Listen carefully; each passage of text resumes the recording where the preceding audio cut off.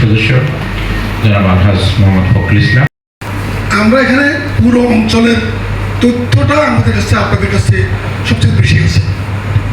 এখানে আমরা উন্নয়নটা এখানে একটা সরকার কিন্তু কারো মানুষের এলাকার মানুষের বাড়িঘর করে দেয় না, কিন্তু সেখানে কাজ যেটা করে সেটা হচ্ছে মৌলিকভাবে যে কাজগুলো করে রাস্তাঘাট, স্কুল, কলেজ, মাদ্রাসা, নদী ভাঙন রোধ করা, সুশাসন দেওয়া।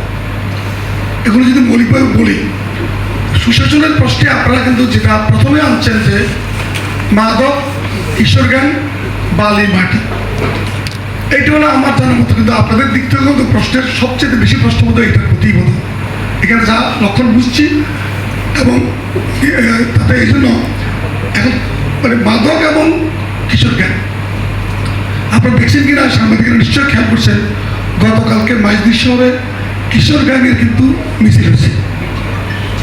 বিটিআর বাংলাদেশের ঢাকা শহরে সম্ভবত 62টা কিশোর গ্যাং চিহ্নিত হয়েছে, 62টা।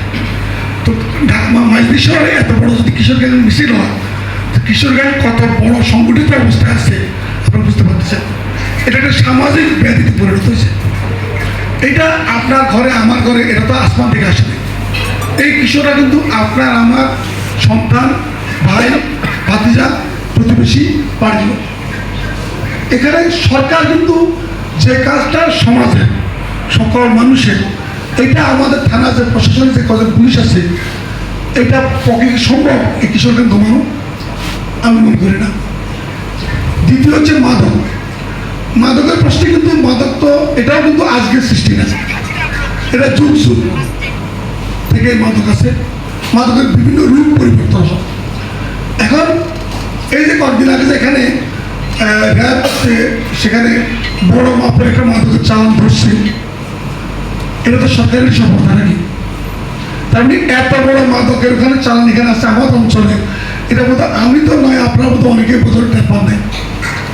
অনেকেই কিন্তু আশ্চর্য হচ্ছেন এত বড় মাদক এখানে কি করে থাকে, এদের উদ্ধার হয়েছে।